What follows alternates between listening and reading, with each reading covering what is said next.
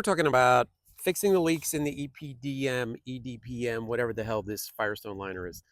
We're talking about fixing the liner. I'll show you these holes.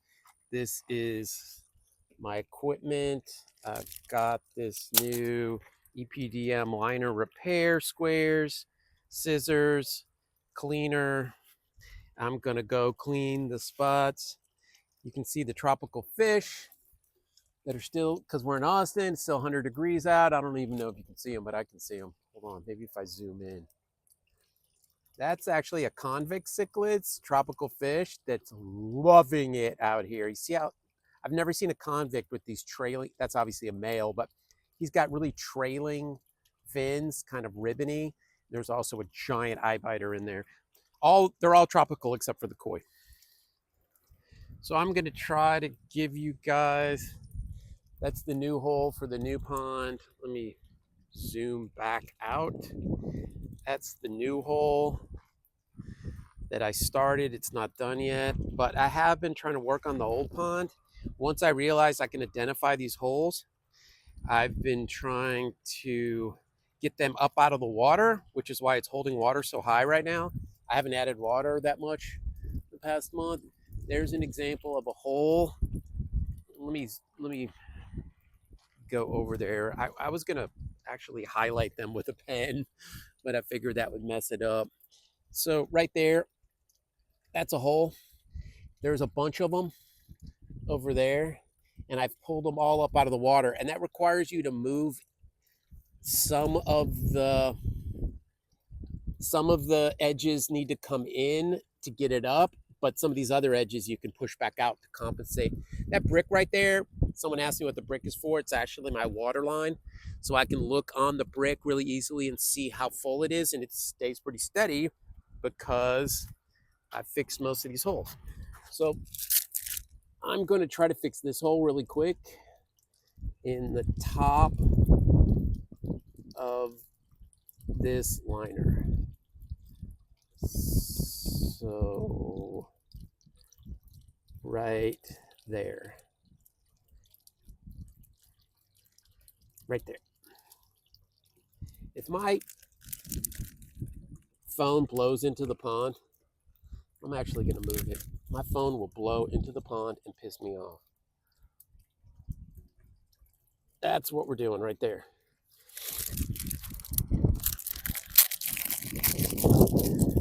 So the first thing I'm going to do is try to clean it off. Then I'm going to cut a little piece out. And then I'll do it. People are like, why are you spraying ammonia on your liner? It doesn't hurt the fish. All this bleach is ammonia, which is all in their water. That's the whole point with an aquarium, is you want the ammonia and you want it to break down really efficiently into plant food. So the fact that you have a little ammonia and a little chlorine and a little bleach is not going to hurt your fish. It's actually a normal product in your water. So you clean the area. Man, I've got this thing really clean. Look how bad that is. So it should adhere. See the hole right here? Right there's the hole. It's pretty small. These liners are supposed to be really tough, so I don't know what did that. But I'm assuming I just cut a tiny square out of this, peel off the backing and get it on there real quick, and that it'll create a really good seal. It's up out of the water, so it's not like it's going to be wet. But let's just get a little tiny piece. See how easy it is. I ordered this off Amazon. It's like $6. It's 2 sheets.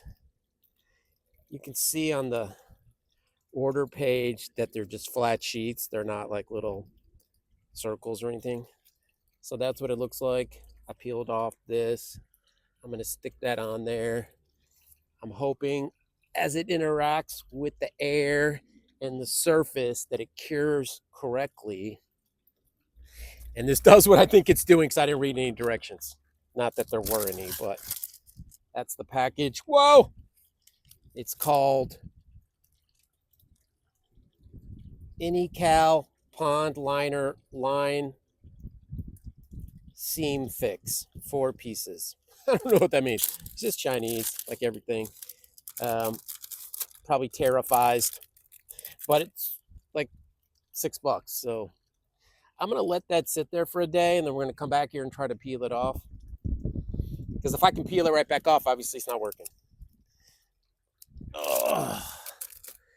Let me show you some of these other holes.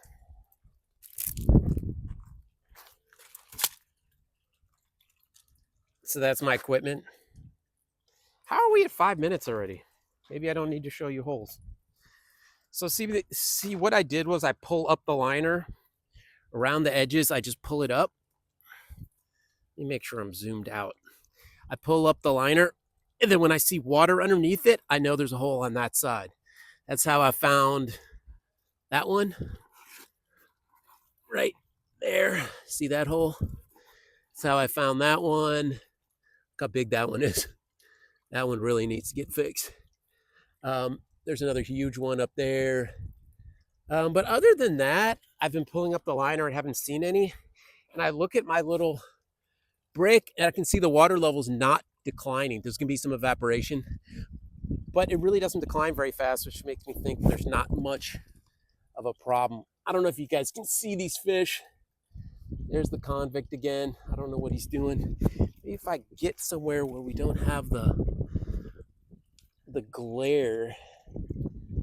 Every time I look, there's no glare. When I look at the camera, look at this convict, how mad he is at me. He's trying to get food, so he keeps swimming toward me, and then when I move, he turns back. And there's the Texas cichlid. He's not very big like some of my ones inside that I'd love to give away, by the way. Texas cichlids are evil. I mean, evil. If they're in any confined space, they'll attack anything, including each other.